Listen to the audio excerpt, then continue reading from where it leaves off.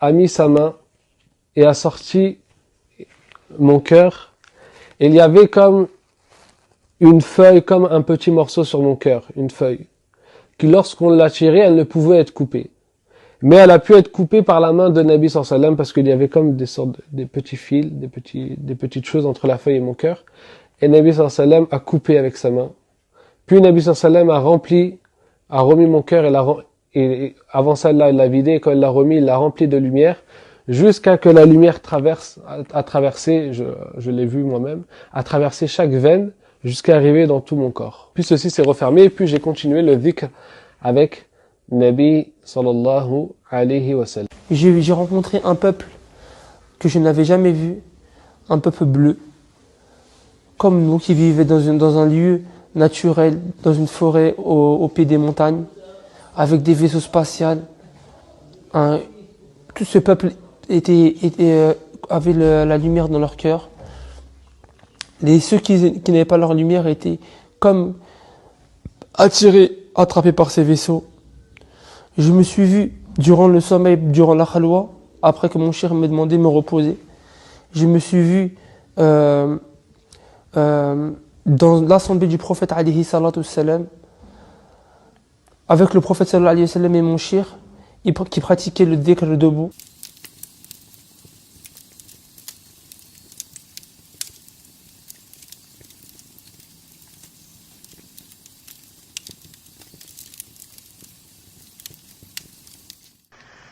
Frère, c'est la réalité, que vous l'acceptiez ou non. Uqsim billahi al-ali al-azim, le seul shir qui donne la lumière durant ce siècle, c'est Sidi Cheikh Mohamed Fawzi al-Karkari. Et personne, aucun autre shir. Et wallah, que s'il te la donne pas, tu ne la verras jamais. Tu as adoré Allah, même t'adores Allah Azzawajal pendant 80 ans, toute ta vie, à être au premier rang, à la mosquée, frère, à faire toutes tes prières. Si il te la donne pas, t'auras zéro. Va voir tous tes savants salafis qui adorent Allah depuis des années, qui sont considérés comme étant des savants ou je sais pas quoi, demande-leur tous un par un, est-ce que lorsqu'ils évoquent Allah, lorsqu'ils sont en prière, etc., ils voient la lumière d'Allah ou pas? Et moi je te dis, Wallahi al-ali al-azim, Wallah qu'ils ne voient pas de lumière. Rasulullah te l'a dit dans plusieurs hadiths. Il t'a montré le chemin que tu dois suivre. Ma ana alayhi wa ashabi.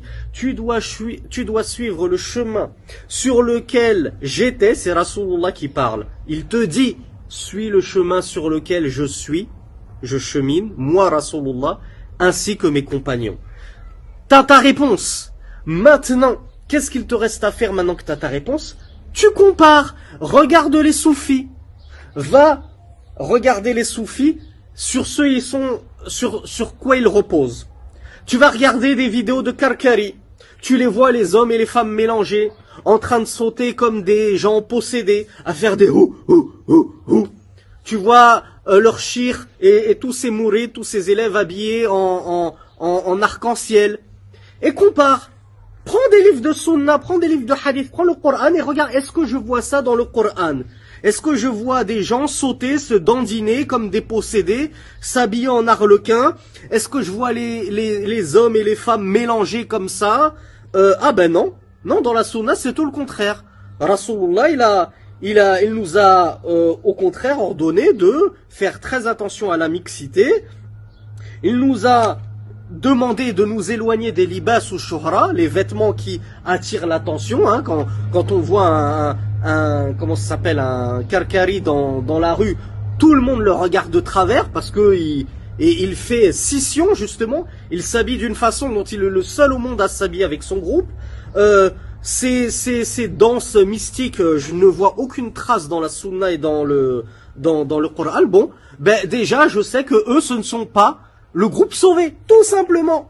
Je sais que ce ne sont pas le groupe sauvé parce qu'ils ne reposent pas sur ce sur quoi était le messager d'Allah et ses compagnons. Je regarde les Ikhwan, je regarde les Tablir. Est-ce que je vois ces sorties de 40 jours et le lundi il y a Shura et le jeudi il y a Ta'lim et ceci et cela et on doit faire bay'a des gourous au Pakistan et je regarde toutes ces choses-là, tout ce sur quoi ils reposent. Ben non. Je trouve rien dans le Coran et dans la Sunna. Et tu fais pareil pour toutes les sectes. À un moment, tu vas faire pareil pour le salafisme. C'est-à-dire, ben moi aussi, je vais examiner le salafisme comme j'ai examiné les autres sectes.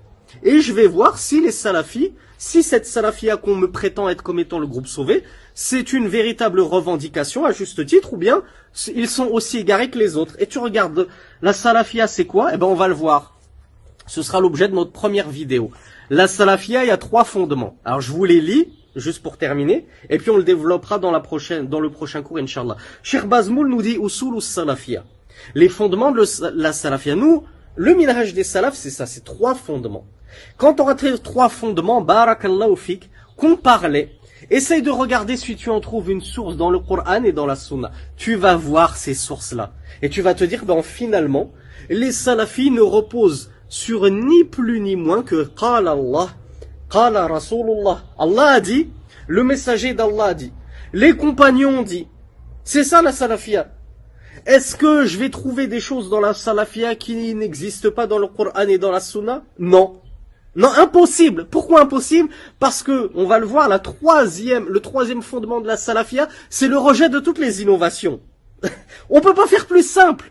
On peut pas faire plus en corrélation que le chemin du messager d'Allah. La salafia, ce n'est rien d'autre que le chemin du messager d'Allah. C'est pas un chemin qui ressemble au chemin du messager d'Allah. Non, c'est le chemin du messager d'Allah. Ni plus ni moins. Mi'a fil mi'a, 100%.